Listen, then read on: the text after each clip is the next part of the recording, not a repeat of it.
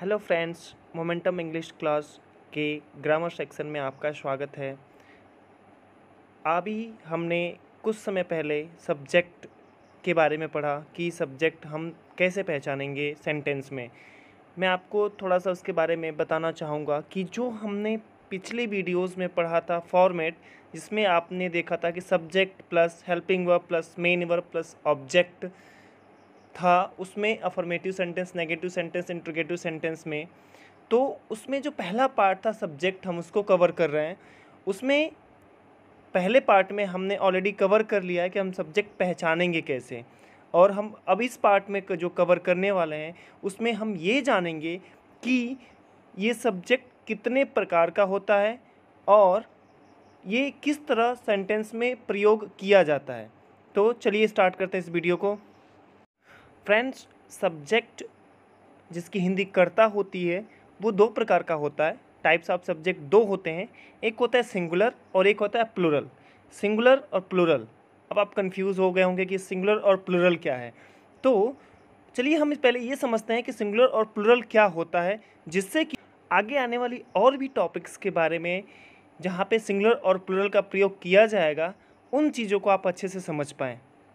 जैसा कि हमने पढ़ा कि सब्जेक्ट जो है वो सिंगुलर और प्लूरल होता है। तो सिंगुलर का मतलब होता है सिंगल यानी एक पर्सन, और प्लूरल का मतलब होता है एक से अधिक। बहुवचन में बोलते हैं कुछ लोग, ये बोलते हैं दो लोग। दो लोग बिल्कुल नहीं होते हैं, एक से अधिक, चाहे वो दो हो, तीन हो, चार हो, पाँच हो, यानी कि कोई भी संख्या अगर एक है, यानी कोई भी सेंटेंस में सब्जेक्ट कोई एक पर्सन है या एक वस्तु है या एक जगह है, तो वह सिंगुलर माना जाएगा। और सिंगुलर के साथ आगे कुछ रूल्स और भी हैं, जैसे कि सिंगुलर सब्जेक्ट के साथ हमेशा सिंगुलर वर्ब का ही प्रयोग किया जाता है। इसकी जानकारी मैं आपको आगे आने वाली वीडियोस में दूंगा। अभी बस हम इतना समझते हैं कि सिंगुलर नाउन क्या होते हैं।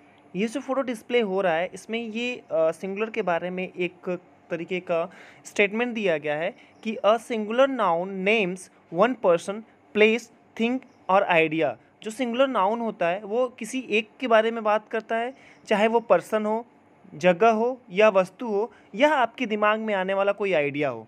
ओके, उसी का हिंदी वर्जन नीचे दिया गया है कि जब हम किसी एक व्यक्ति, वस्तु की बात करते हैं तो वहाँ पे है सिंगुलर नाउन का प्रयोग किया जाता है। सिंगुलर को हम इस फोटो की मदद से समझते हैं। आप फोटो देखिए, इस फोटो में लड़की अकेली थी, दूसरी फोटो में भी देखिए वो लड़की अकेली ही है, और तीसरी फोटो में भी देखिए वो लड़की अकेली ही है।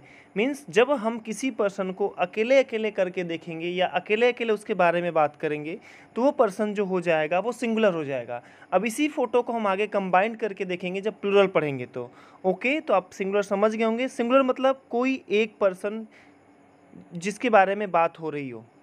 फ्रेंड्स, अब पढ़ते हैं प्लूरल के बारे में। जैसा कि यहाँ पे जो ये डिस्प्ले पिक्चर हो रहा है इसमें लिखा हुआ है अ प्लूरल नाउन, नाउन तो हटा दीजिए अभी, a plural names more than a person, place और थिंग। मतलब प्लूरल का मतलब हो गया मोर देन वन, एक से अधिक। एक से अधिक लोगों के बारे में अगर हम बात करें, अगर हमें ये पहचानना हो सेंटेंस में कि एक से अधिक मीन्स जो सब्जेक्ट है सेंटेंस का वो एक से अधिक लोगों के बारे में हमें सेंस दे रहा हो, तो वहाँ पे हम प्लूरल नाउन का यूज़ करते हैं। ओके, जैसा कि हमने प्रीवियस फोटो में देखा, तीन फोटो थे, तीन लड़कियाँ थीं और तीनों अलग अलग करके हमने देखे जिसके ऊपर सिंगुलर लिखा हुआ था। अब हम जो फोटो देखने जा रहे हैं, इस फोटो में हम देखेंगे कि वो तीनों लड़कियाँ एक साथ एक फ़ोटो में आ गई हैं।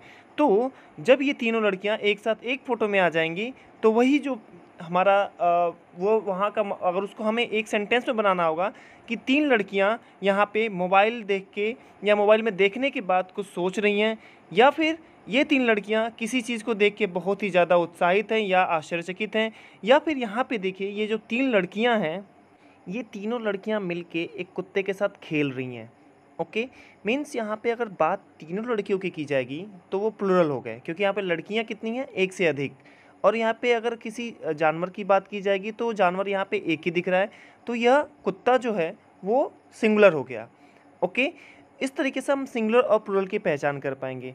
एक अधिक जानकारी आपको मैं यहाँ पे देना चाहूँगा कि ये जो वेब सीरीज़ है, ये फ़ोटो एक वेब सीरीज़ से ली गई है जो कि अमेज़न प्राइम वीडियो पे अवेलेबल है। छोटे बच्चों की कहानी है, इनकी इंग्लिश बहुत ही अच्छी है।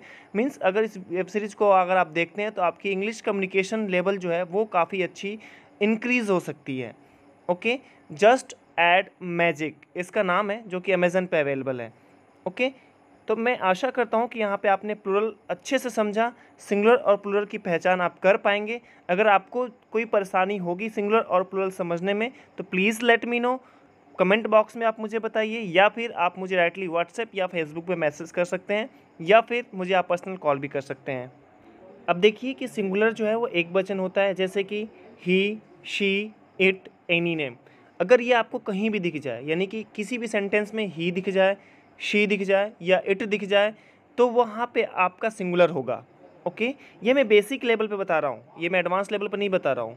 सिर्फ आप ये समझिएगा, बेसिक लेवल पे मैं आपको बताना चाहता हूँ कि सेंटेंस में आपको कहीं भी ही दिखे, शी दिखे, इट दिखे, या किसी पर्सन का अकेला नाम दिखे, जैसे राम, श्याम, टॉम, कुछ भी नाम ले लीजिए, लड़का या लड़की कोई भी हो जिसका पर्टिकुलर नाम हो, जगह हो, सिटी हो, प्लेस हो, या फिर कोई आइडिया का ही आप नाम दे दो, तो वो सिंगुलर हो जाएगा। बशर्ते शर्त ये है कि वहाँ पे सिंगुलर होना चाहिए।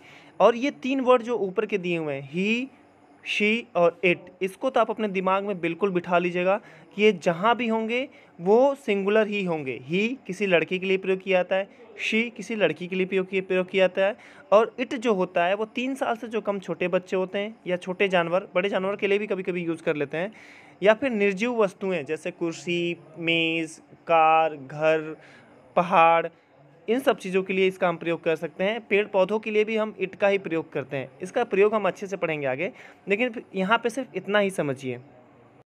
और ये कुछ प्लूरल सब्जेक्ट हैं जो कि फिक्स प्लूरल सब्जेक्ट हैं, आई, वी, यू और दे।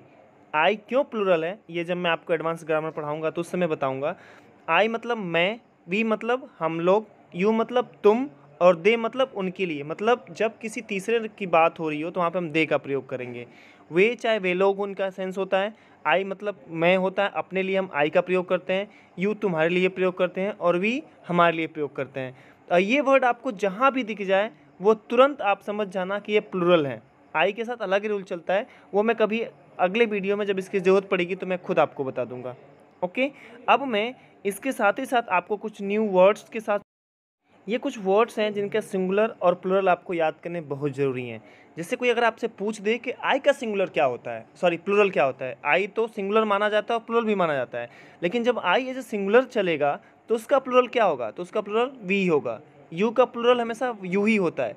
ही का प्लूरल क्या होता है, दे होता है। शी का प्लूरल क्या होता है, दे होता है। इट का दे, इज का आर, दिस का दीज, दैट का दोस। ये तो आपको बिल्कुल रटा होना चाहिए। बिल्कुल मैक्सिमम क्वेश्चन जब आप कहीं इंटरव्यू के लिए जाते हैं तो ये क्वेश्चन पूछ दिया जाता है कि इट का क्या होता है प्लूरल, शी का प्लूरल क्या होता है, ही का प्लूरल क्या होता है। तो ये बहुत कम जगह आपको जानने के लिए मिलता है, तो प्लीज़ इसे आप अपनी कॉपी में नोट करिएगा और इसे याद भी करिएगा।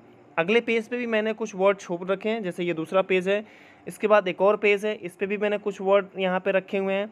इन सारे पेजों पे मिला के मैंने बहुत सारे वर्ड हैं जो सिंगुलर हैं और प्लूरल के रूप में प्रयोग किए जाते हैं, और काफ़ी मात्रा में प्रयोग किए जाते हैं, क्योंकि इसका उपयोग जो है वो काफ़ी मात्रा में किया जाता है।